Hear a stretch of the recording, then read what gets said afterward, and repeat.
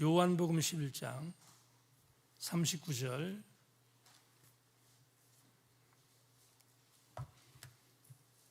요한복음 11장 39절부터 44절까지 말씀을 보겠습니다.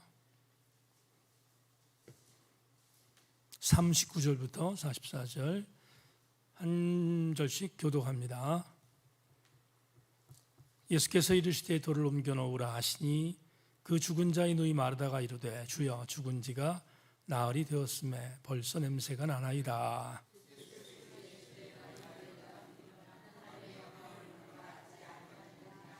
돌을 옮겨 놓으니 예수께서 눈을 들어 우러러 보시고 이르시되 내 아버지여 내 말을 들으신 것을 감사하나이다.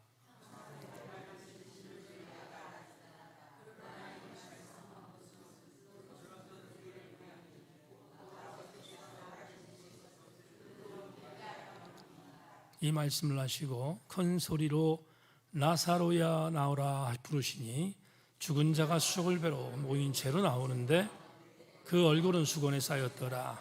예수께서 이르시되 풀어놓아 다니게 하라 하시니라. 아멘. 그날 하나님께 찬양하겠습니다.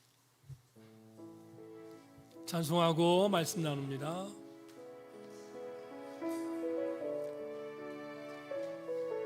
사망의 그늘에 앉아 사망의 그늘에 앉아 죽어가는 나의 백성들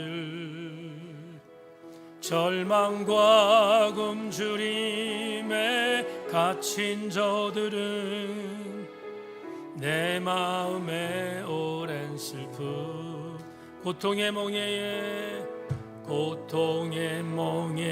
매여 울고 있는 나의 자녀들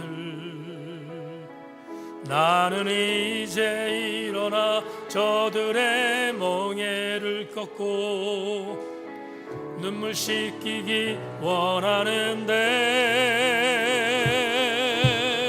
누가 내게 부르짖어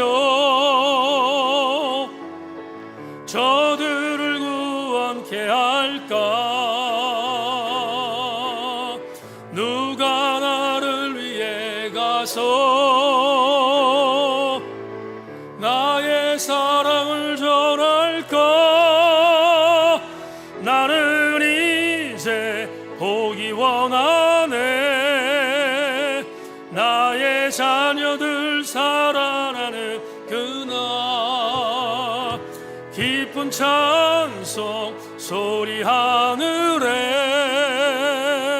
웃음소리 온 땅 가득한 다시 한번 올려드리고 말씀입니다.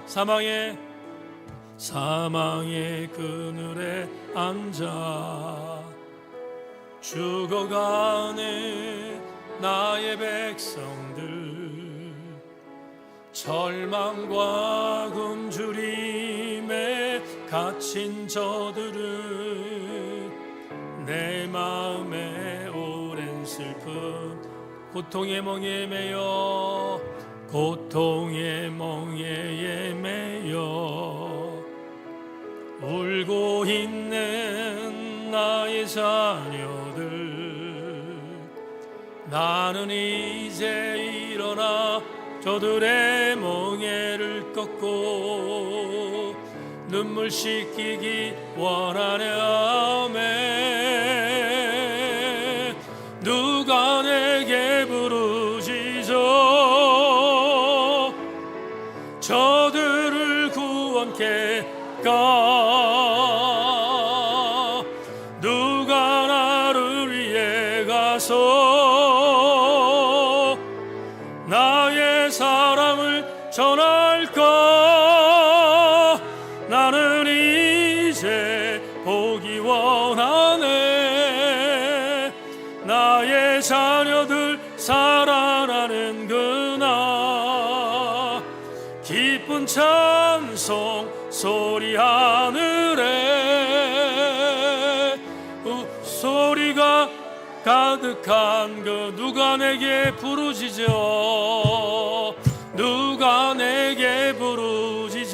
저들을 구원케 할까? 저들을 구원케 할까? 누가 나를 위해 가서 나의 사랑을 전할까? 나는 이제 보기 원하네. 나의 자녀들 살아나는구나. 찬송 소리 하늘에 웃음소리 온 땅 가득한 그날. 핍박과 고통과 억압 속에 있는 북한의 동포들을 향해서 고용원 선교사님이 이 찬양을 지은 지도 26년이 지났습니다. 주님, 그때나 지금이나 그날을 바라보는 것은 우리의 변하지 않는 소망입니다. 주님, 저 땅 북한에 있는 동포들을 우리가 사랑하는 마음으로 구원하기 위하여 진군하며 기도하고 있는데 반드시 하나님이 허물어질 북한을 세워주실 줄로 믿고 우리는 계속해서 기도하는 것에 흔들리지 않게 하여 주시기를 원합니다. 더불어 기도할 것은 하나님 북한에만 있는 것이 아니라 우리 주변에도 흑암의 권세에 허덕이고 있는 영혼들이 많이 있음을 압니다. 주님, 저들을 긍휼히 여겨 주셔서 저들도 구원하여 주옵소서. 하나님, 우리가 도구 되기를 원합니다. 철저한 도구로 사용하여 주옵소서. 하나님의 아름다운 은혜가 우리 모두에게 임하기를 원하며 오늘 이런 믿음을 갖고 말씀 받겠사오니 겸손하여 아멘하게 하시고 은혜 받고 돌아가는 복된 시간이 되게 하여 주옵소서. 언제나 말씀 앞에 떨리는 마음으로 말씀 받는 은혜로운 귀한 시간 되기를 소망하며 예수 그리스도의 이름으로 기도 올리옵나이다. 아멘, 아멘. 오늘 DPA 사역을 감당하고 왔습니다. 목사님들에게 오늘 인사하라고 제가 강의 전에 했습니다. 목사님에게는 라일락 냄새가 납니다. 이렇게 인사를 하랬더니 뒤로 넘어가기 웃었습니다. 다시 한번 얼굴 바라보면서 권사님, 장로님, 집사님, 라일락 향기가 당신에게서 납니다. 이렇게 얼굴 보면서 인사합니다. 다시 한번 인사 시작.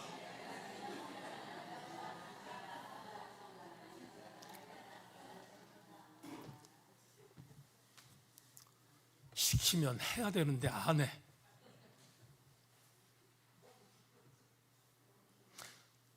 신명 장로하고 이은주 주사 두 사람만 합니다.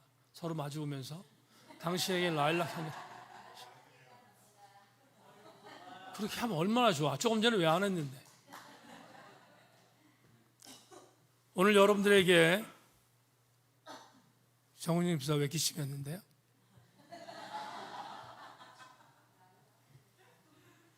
오늘 여러분들에게 하늘의 향기가 라일락 향기보다 아름다울 줄로 믿고 그 향기가 여러분들에게 나타나기를 소망합니다.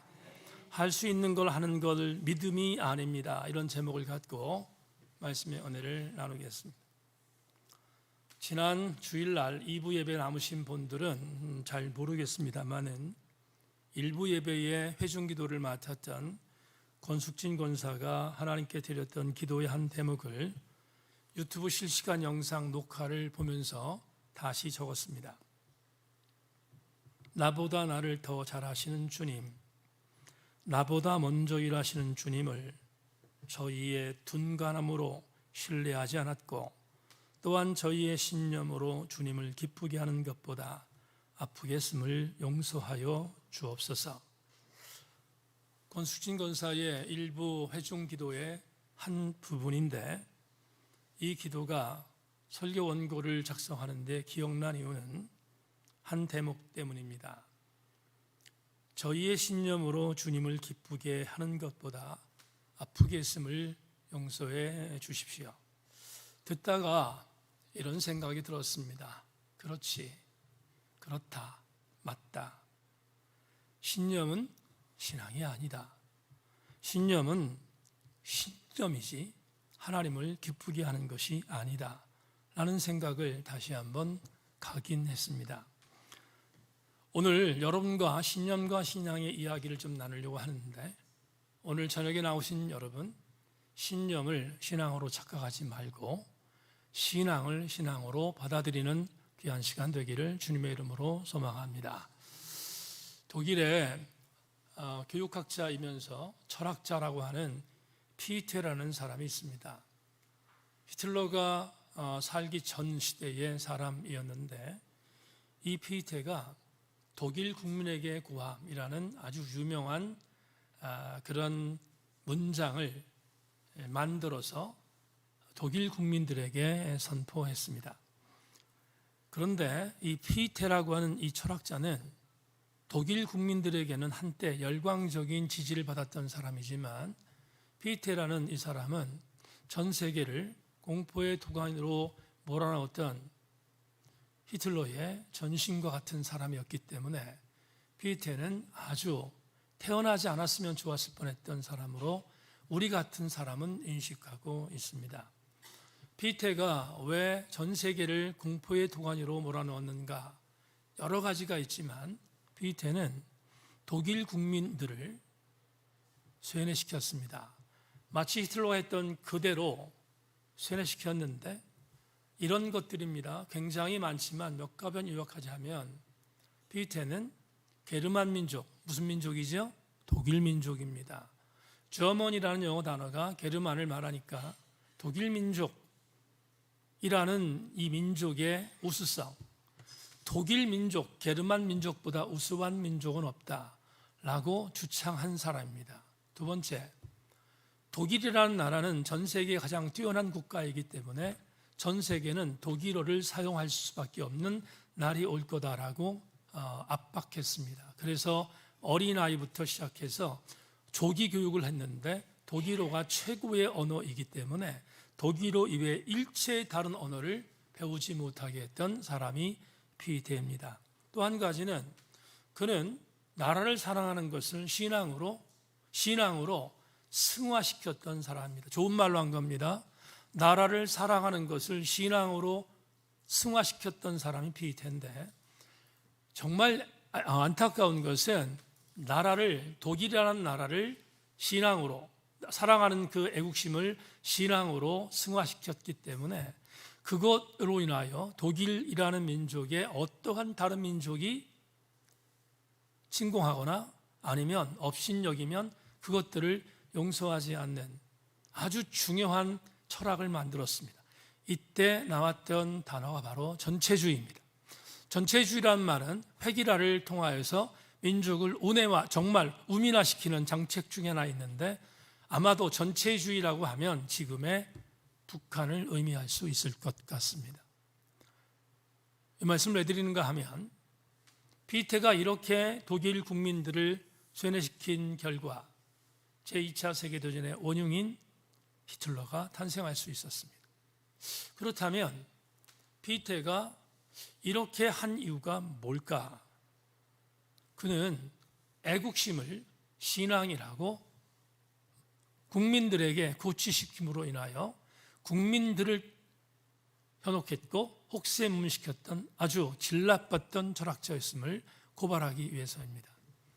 제가 마틴 로이 존스 목사님을 좋아하는데, 그분이 제가 석사 과정을 할 때 논문을 쓰는 자료 하나를 썼는데, 그 책에 이런 이야기를 썼는데, 징고이즘이라는 단어를 처음 썼는데 여러분 한번 확인해 보십시오. 그리스도인이라면 절대로 우리나라는 옳다, 그러다는 식으로 말해서는 안 됩니다. 그것은 아주 무서운 죄입니다. 절대로 맹목적 애국주의, 징고이즘의 일부분이 되어서는 안 됩니다. 애국주의라는 말이 우리도 반공세대, 저도 반공세대였기 때문에 애국주의가 참 좋은 말로 우리는 인식하고 있습니다. 나라를 사랑하는 것이 여러분 왜 나쁘겠습니까? 애국주의 자체는, 애국주의라는, 나라를 사랑한다는 것은 정말로 괜찮은 일입니다. 그런데 문제가 뭐냐? 애국주의입니다. 항상 말하지만 뒤에 주의라는 단어가 들어가면 그건 대단히 위험한 사상이 됩니다. 애국주의가 신앙으로 승화되면 제1차 세계대전, 제2차 세계대전과 같은 참극이 일어납니다. 자, 여기까지 왜 말씀을 드렸는가?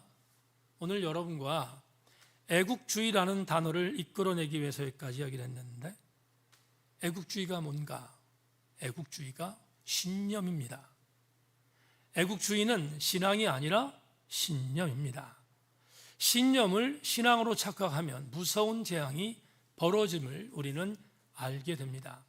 오늘 여러분과 본문을 함께 나누게 될 터인데, 이 본문에서 신념과 신앙의 차이가 분명히 보입니다. 신념과 신앙의 차이점이 무엇인지를 여러분과 함께 나누기를 원합니다. 자, 우리 본문으로 들어가 보겠습니다. 아시는 것처럼 여러 차례 같이 말씀 나눴지만, 예수께서 베다니에 들어온 것은 나사로가 죽은 지 며칠 만에 4일 만에 들어왔습니다. 4일 만에 들어왔으니까 예수께서 이미 나사로가 죽은 지 4일 됐을 때 들어온 거라서, 지난주 수요일에 말씀을 드렸지만 나사로의 무덤가에 갔더니 예수님에 대해서 호불호를 갖고 있었던 사람들이 가득 차 있었습니다. 예를 들자면 유대인들도 있었는데, 유대인들 중에서 예수가 이전에 행했던 모든 기적들은 헛짓이었어, 만약에 이 사람이 진짜로 나사로를 살릴 수 있었으면 우리가 그걸 믿었을 텐데 그렇지 못했으니까 이 사람은 헛짓한 사람이야 라고 반대했던 유대인들이 있는가 하면, 반면 그래도 이 예수께서 여기에 일찍 들어오셨으면 이 사람을 살릴 수 있었을 터인데 라고 말했던 정말 호의적인 유대인들도 있었음을 지난주에 나누었습니다. 그런데 이런 유대인들보다 더 심각했던 것은 뭐냐 하면 나사로의 누이 동생들이었죠. 우리가 이미 봤던 것처럼 나사로의 누이 동생들은 예수께서 4일 만에 들어온 것을 빌미삼아 항의했습니다. 주께서 일찍 여기에 들어오셨더라면 우리 오라버니가 죽지 않았을 터인데, 당신이 늦게 들어와서 우리 오라버니가 죽었다고 자주 섞인 불만을 터뜨렸던 것을 우리는 지난 설교를 통해 살폈습니다. 여하튼 주님은 이러한 여러 가지의 사람들이 모여 있었던 나사로의 무덤가에 도착하셨습니다. 지금부터 집중해 주기를 바랍니다. 주님이 나사로의 무덤가에 도착해서 제일 먼저 거기에 있던 반대하던 사람이든 반대하지 않던 사람이든 그들 모두에게 선포한 메시지가 있습니다. 여러분 39절로 가겠습니다. 39절 다 같이 한번 읽어볼까요? 준비 시작. 예수께서 이르시되 돌을 옮겨 놓으라 하시니 그 죽은 자의 누이 마르다가 이르되 주여 죽은 지 나흘이 되었음에 벌써 냄새가 나나이다. 자, 저를 주목합시다. 나사로의 무덤가에 도착했던 주님이 거기 있었던 호불호의 사람들을 전혀 배제하거나 그러지 않고 거기 있던 모든 불특정 사람들에게 이렇게 명령했습니다. 누구든지 지금 나사로의 무덤을 막고 있는 그 돌을 옮겨 놓으라. 이게 명령을 합니다. 다시 한 번만, 돌을 옮겨 놓으라가 첫 번째 명령입니다. 아시겠죠? 돌을 옮겨 놓으라. 39절에 있는 말씀입니다. 그런데 이렇게 선포하자 39절에서 또 한 번 나사로의 큰 여동생 마르다가 실망 섞인 멘트를 합니다. 39절에서 뭐라고 말씀하고 있는가 하면, 주님, 제가 말씀드리지 않았습니까? 제 오빠가 죽은 지 이미 며칠? 4일이 지났습니다. 한마디를 더 하는데 그래서 뭐가 납니까? 냄새가 납니다. 이렇게 말합니다. 그러니까 예수께서 먼저 말했던 나는 부활이요 생명이다 라는 이 메시지를 받았음에도 불구하고 마르다는 믿지 않은 것입니다. 믿지 않았기에 무덤을 막고 있는 돌을 옮겨 놓으라고 했음에도 불구하고 다시 이렇게 고백하고 있는 것은, 마르다는 예수 그리스도의 부활을 믿지 않았다는 사실을 우리에게 증언하고 있습니다. 그러자 섭섭했던 주께서 40절에서 마르다를 향하여서 이렇게 말씀합니다. 40절 볼까요? 예수께서 이르시되 내 말이 내가 믿으면 하나님의 영광을 보리라 하지 아니하였느냐 하시. 한 번만 더 읽겠습니다. 예수께서 내 말이 내가 믿으면 하나님 영광을 보리라 하지 아니하였느냐 하시니. 이게 뭐죠? 나는 부활이요 생명이니 나를 믿는 자는 영원히 살겠고 하는 말씀에 대한 부분의 부연입니다. 다시 강조하는 거예요. 지금 다시 부활이자 생명이신 주께서 왜 너는 내 말을 믿지 못하는가를 40절에서 다시 한번 확인하고 있습니다.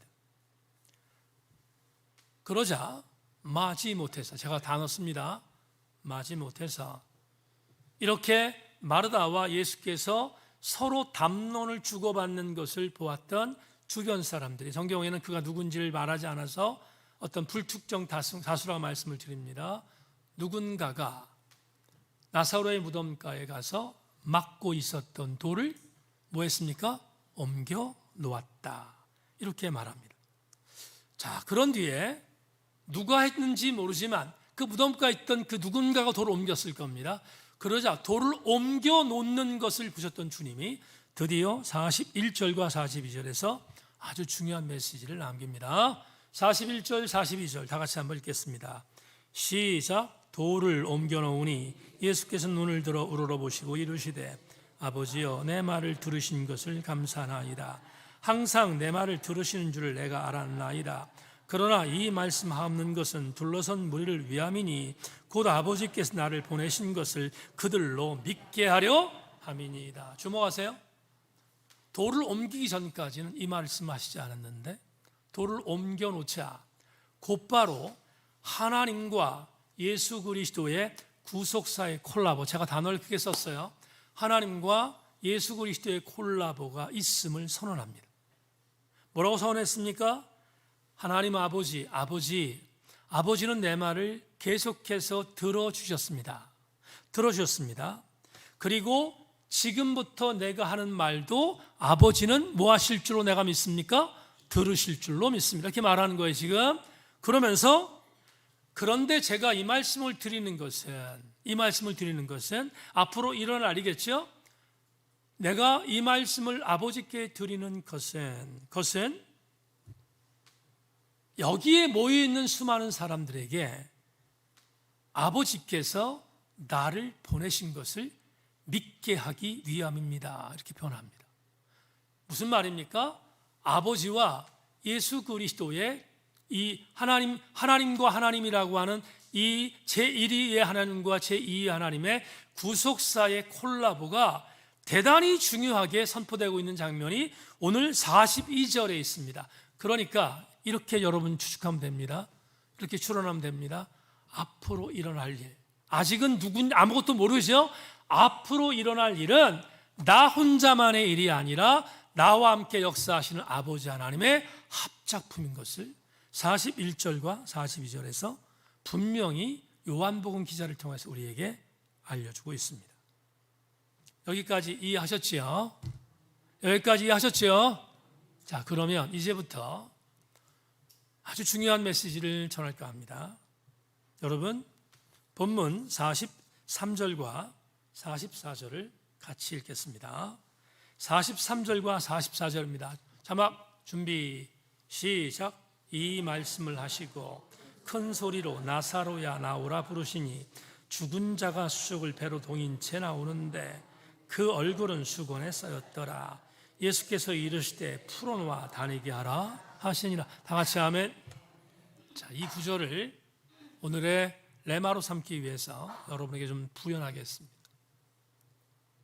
돌을 옮겨놓기 전에는 예수께서 나사로야 나오너라 라고 말씀하시지 않았습니다. 돌을 옮겨 놓은 뒤에 나사로야 나오너라 선포했습니다. 그러자 나사로가 나왔습니다. 잘 들으세요. 여러분, 하나님은 당신의 권위로 모든 것들을 이룰 수 있는 전능하신 하나님입니다. 다 같이 아멘. 그런데 오늘 본문을 보면 대단히 중요한 영적인 교훈이 담겨 있습니다.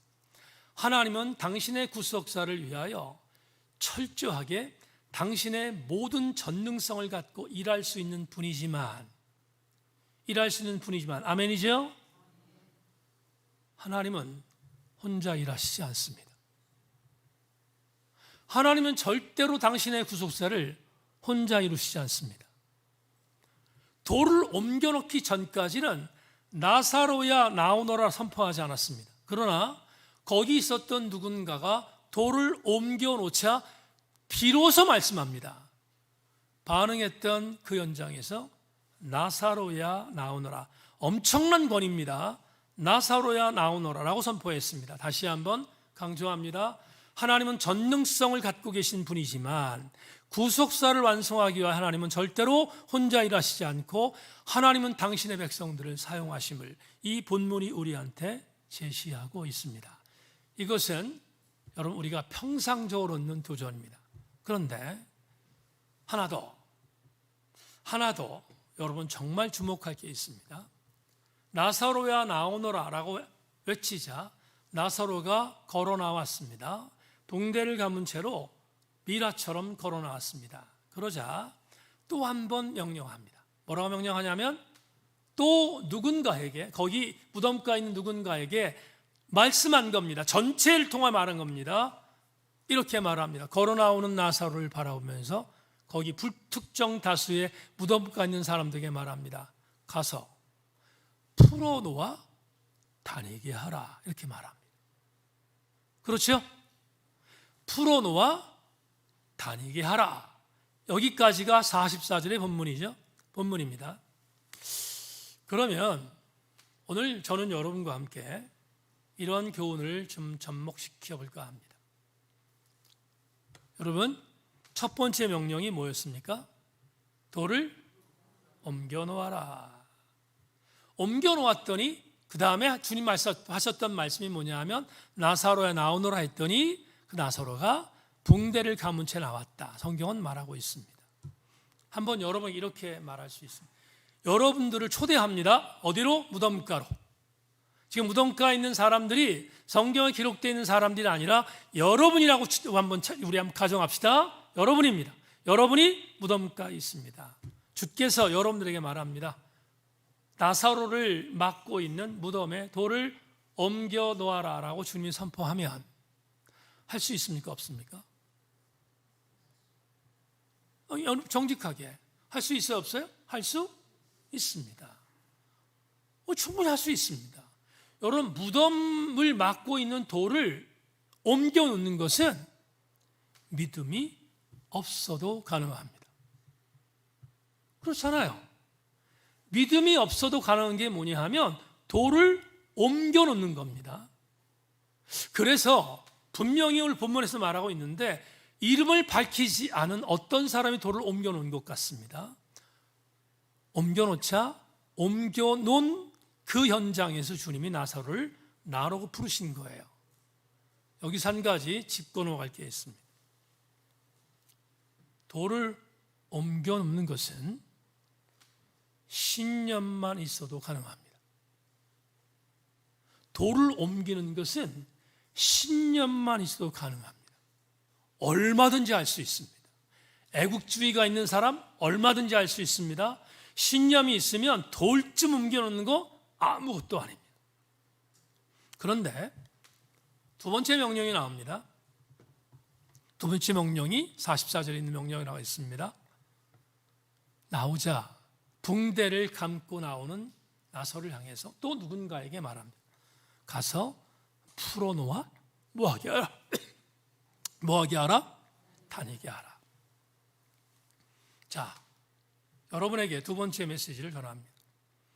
붕대를 풀어놓아 다니게 하라 명령하실 때 성경은 붕대를 풀어놓고 다니게 한 사람에 대한 명단을 본문에서 우리한테 보고하지 않습니다.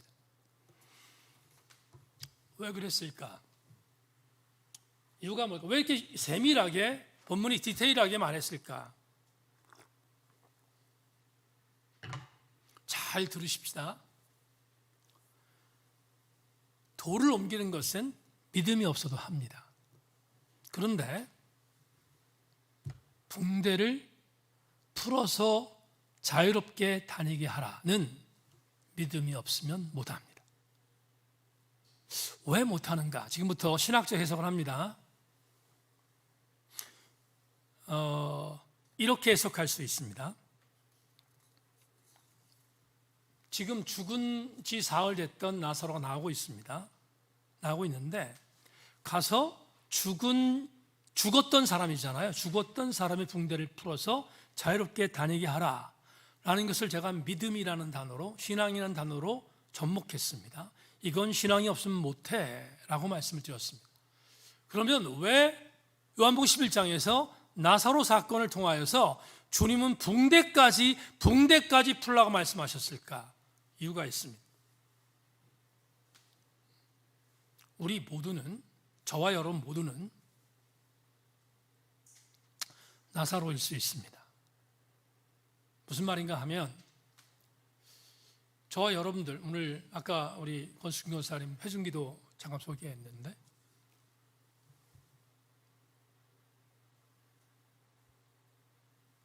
없던 걸 만들어냈던 기도가 아닙니다. 삶의 현장에서 경험했던 내용을 기도문으로 만들었습니다. 그런데 권수진 권사뿐만 아니라 우리 굉장히 많은 우리의 제천세인교회 성도들 중에 일주일 동안 신앙대로 산 사람보다 신념대로 산 사람이 더 많다면, 신념대로 산 사람이 더 많다면 그 사람은 누군가 온몸에 붕대를 감고 있는 사람입니다. 붕대는 단순히 시체를 묶는 하나의 도구가 아니라, 그건 제가 지금 여러분 말씀드린 것을 우격단일 말씀드린 게 아니라 신학적 해석입니다. 성서해석적 해석입니다. 그러니까 절대로 틀린 게 아니라는 거예요. 전제하는 겁니다. 제가 주석을 통해서 확인했던 말씀을 드리는 겁니다. 우리가 붕대를 감고 있습니다.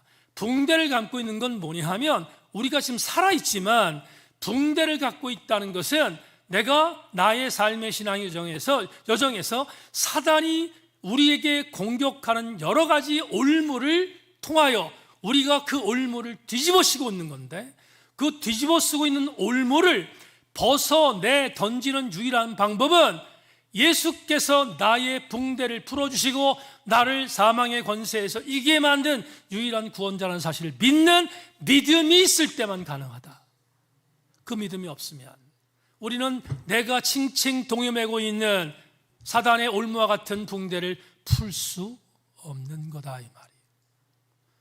그래서 붕대를 묶고 있는 시체, 이 나사로에 대한 해석이 성서신학적으로 얼마나 중요한가 하면, 우리가 오늘 찬송했잖아요. 사망의 그늘에 앉아 울고 있는 우리의 삶의 현장 안에서 우리가 신념 갖고 이 일을 행할 수 없습니다. 우리가 갖고 있는 신념 갖고는 절대로 붕대를 풀 수 없어요. 그러나 우리 주 예수 그리스도께서 부활하셨습니다. 생명입니다. 나를 믿는 자는 영원히 살겠다고 하셨던 말씀을 믿는 그 백성은 주께서 나의 사망의 그늘에 있는 붕대를 풀어주실 분이라는 것을 믿을 수 있기 때문에 그 믿음을 가진 자는 붕대를 풀 수 있는 것입니다. 그래서 오늘 여러분에게 레마를 이렇게 정했습니다. 자막 보겠습니다. 총체적으로 말합니다.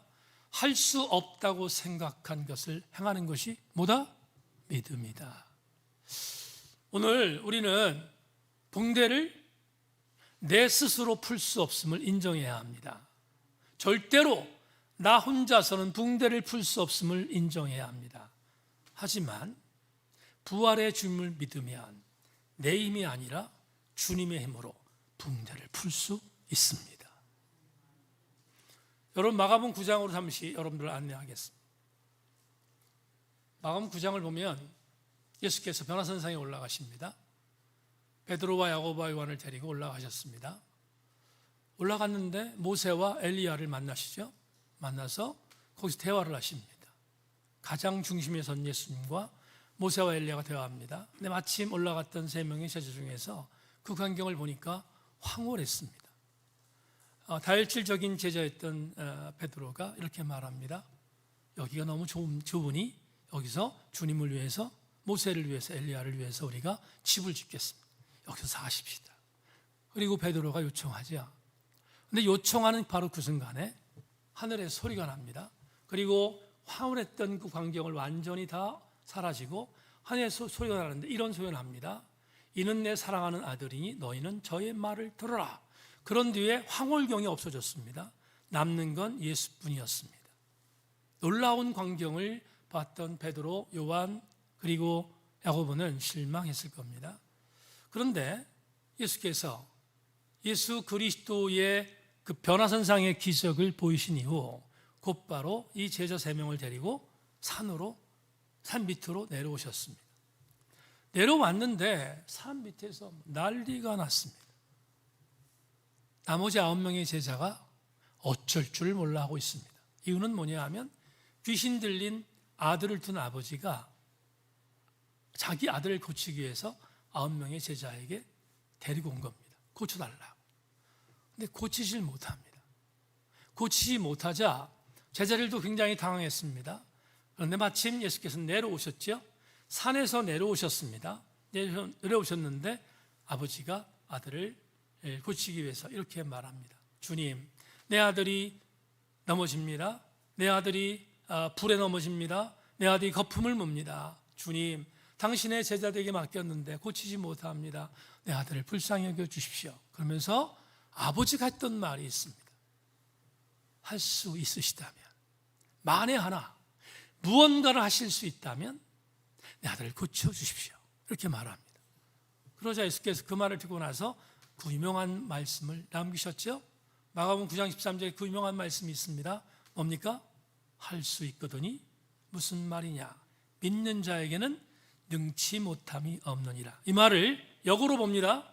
할 수 있거든이 무슨 말이냐? 믿는 자에게는 능치 못함이 없다는 말씀은 어떤 의미를 갖고 있는가 하면 할 수 있는 것을 하는 것은 믿음이 아니다라는 겁니다. 할 수 있는 것은 믿음이 아니에요. 여러분, 할 수 있는 것을 하는 것은 신념이지 신앙이 아닌 거예요.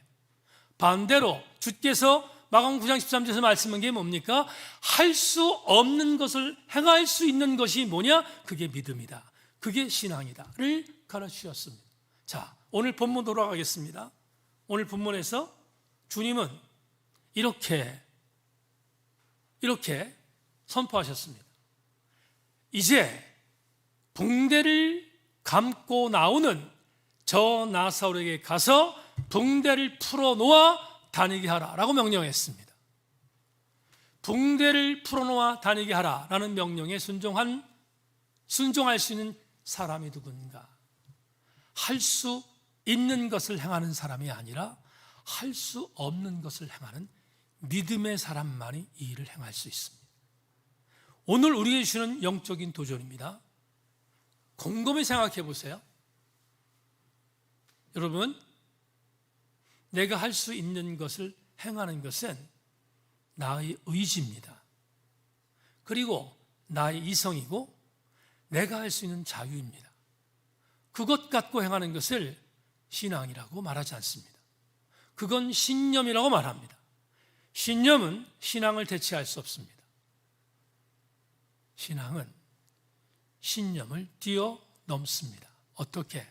할 수 없는 것을 행할 수 있도록 갖는 믿음이 신앙이기 때문이다.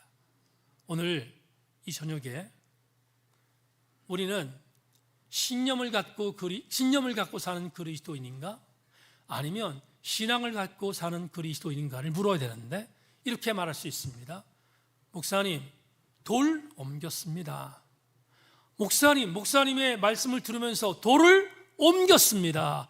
난 신앙인입니다. 착각하지 마십시오. 신앙인 아닙니다. 돌을 옮겨놓는 것은 신앙이 없어도 얼마든지 할 수 있습니다. 내가 정말로 신앙이라고 하는 것을 증언하기 위해서 한 가지를 행하십시오. 여러분, 여러분의 몸에 둘둘둘 칭칭 매달고 있는 사단의 붕대를 끌어버리십시오. 누구의 이름으로? 예수 그리스도의 이름으로. 예수 그리스도의 이름으로 내가 사단의 굴레에 칭칭 매어 있는 붕대를 풀어놓는 믿음을 갖고 있으면 나는 자유롭게 다닐 수 있는 진짜 그리스도인이 될 수 있음을 명심해야 합니다. 오래전에 책에서 이런 글을 본 적이 있습니다. 다리가 안전하다고 생각하는 것은 신념이다. 그러나 신앙은 다리를 건너는 것이다. 명심하세요. 우리 그리스도인이 착각하는 게 있습니다. 와, 그래, 저 다리 안전해. 예수 그리스도 참 안전한 존재야 라고 믿는 것은 신앙이 아닙니다. 그건 신념입니다. 신앙은 뭔가 나에게 임한 여러 가지 환난과 고통과 그리고 나를 감고 있는 영적인 흑암의 붕대들을 가장 안전하신 예수 그리스도께서 부활하셨기에 나도 부활할 것을 믿고 나는 그 믿음을 갖게 되면 내 붕대를 풀 수 있다고 믿고 다리를 건너는 사람이 그리스도인입니다. 배가 항구에 있습니다. 맞습니까? 배 항구에 있죠? 항구에 있습니다. 그런데 배가 안전한 건 언제 안전하죠? 항구에 정착해 있으면 안전합니다. 그렇죠? 그런데 배의 목적은 항구에 정착하라고 만든 게 배의 목적이 아닙니다. 배의 목적은 저 푸른 바다에 먼 바다에 나가서 여러 가지 파도를 헤치고 파도를 이긴 뒤에 수확해오는 만선의 기쁨을 만들기 위하여 만든 것이 배입니다. 그렇다면 우리가 만약에 배라면 신념을 갖고 있는 배인 우리들은 항구에 정착하고 싶어하는 마음이 있겠지만 주님이 원하시는 것은 그게 아닙니다. 나를 믿고 너희들이 항해하는 모든 과정을 내가 지킬 것이다 라고 하는 주의 말씀을 믿고 배를 갖고 바다로 나가는 것이 신앙입니다. 오늘 우리는 이 믿음에서 성장하기를 주의 이름으로 축원합니다. 저녁에 나오신 교회 여러분, 여러분의 신앙의 여정이 더 아름답게 신념의 자리에서 신앙의 자리로 성장할 수 있기를 주님의 이름으로 축원합니다. 엔딩 멘트 하겠습니다. 우리 교회 개척하고 나서 얼마 안 돼서 오늘 예배드리는 김지한 집사 집을 신방했습니다. 신방 가서 이런 얘기 저런 얘기 나누면서 기도했습니다. 초신자가 다 그렇지만 가서 신방을 했는데 이런 문제 저런 문제 가지고 많이 힘들어했습니다. 그리고 김 집사의 기도 제목을 놓고 기도했습니다. 그날 초신자니까 다치지 않게 만들기 위해서 하나님 앞에 순간적으로 조명의 말씀을 달라고 기도했습니다. 조명되어져서 하나님이 나에게 주신 그날 김지한 집사의 집에서 드린 말씀이 아주 공교롭게 오늘 본문입니다. 왜 그날 주께서 이 본문을 적여 주셨는지 저는 목사니까 특별히 충분히 이해할 수 있습니다. 그날 가리산 지리산 하고 있는 김지한 집사한테 이 말씀을 증거하면서 다른 얘기하지 않고 이렇게 했던 것 같습니다. 오늘 부족한 종을 자매의 가정에 보내신 이유는 이런저런 삶의 굴곡을 경험하고 있는 자매님의 가정을 막고 있는 돌을 옮겨놓게 하시려고 하는 하나님의 일하심 때문이었습니다. 이제 목사를 통해 돌을 옮겨놓으셨기에 자매님에게 주님이 말씀하십니다. 다 같이 우리 김지한으로 합시다. 옛날 이름 하지 말고 김지한으로 합시다. 김지한아 나오너라 라고 선포하십니다. 주의 말씀을 듣고 오늘부터 삶의 고난을 이기는 자매님 되기를 원합니다. 그렇게 기도하고 선포했습니다. 여러분 김지한 집사 옆에 있지만 김집사 지금도 삶 현장에서 지난하게 싸우고 있습니다. 지난하게 싸우고 있고 정말 최선을 다해서 몸부림치고 있는 것을 제가 옆에서 봅니다. 앞으로도 하나님 만지시고 또 그렇게 하셔야 되겠지만, 김 집사가 무덤에서 나왔는데, 나사로가 나온 것처럼 가리산 지리사는 삶의 굴곡에서 나왔는데, 그 나오는 과정이 쉽지 않았지만 저는 김 집사를 위해서 이런 기도를 합니다. 하나님, 이제 우리 김 집사가 자기가 묶고 있는 붕대를 풀게 하여 주옵소서. 그게 저의 기도 제목입니다. 하나님이 이기게 하실 거라고 믿지만 여러분도 기도해 주셨으면 좋겠습니다. 단순히 김지한 집사 한 사람만의 이야기가 아니라 우리 모두의 이야기입니다.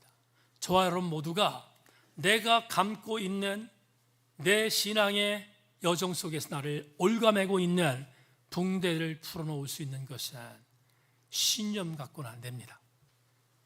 우리 주 예수 그리스도의 부활을 믿는 신앙만이 우리의 붕대를 풀 수 있음을 명심하고, 여러분 성령께 구하십시오. 하나님, 내가 부족하지만 내가 감고 있는 붕대를 풀겠사오니 하나님 나에게 부활의 은총을 주시고 나에게 능력을 허락하여 주옵소서. 그것이 오늘 저와 여러분의 기도 제목이 되어야 합니다. 하나님은 실수하지 않습니다. 하나님은 실패하지 않습니다. 하나님은 오차가 없습니다. 여러분이 그렇게 기도하시면 하나님 여러분이 얽혀맺고 있는 모든 붕대를 풀 수 있는 신앙을 허락해 주실 줄로 믿고, 우리 함께 우리의 붕대를 풀어 헤칠 수 있는 아름다운 신앙인들 전체가 되기를 주님의 이름으로 소망합니다. 고린도전서 15장, 그래서 이렇게 말씀합니다. 사망아, 너희 승리가 어디 있느냐? 사망아, 너희가 쏘는 것이 어디 있느냐? 사망이 쏘는 것은 죄요, 죄의 권능은 율법이라. 우리 주 예수 그리스도로 말미암아 우리에게 승리를 주신 하나님께 감사하노니, 그러므로 내 사랑하는 형제들아, 견실하며 흔들리지 말고 항상 주 일에 더욱 힘쓰는 자들이 되라. 이는 너희의 수고가 주 안에서 헛되지 않을 줄을 알미라. 오늘 이 말씀이 여러분에게 격려와 위로와 응원의 메시지가 되기를 주님의 이름으로 축원합니다.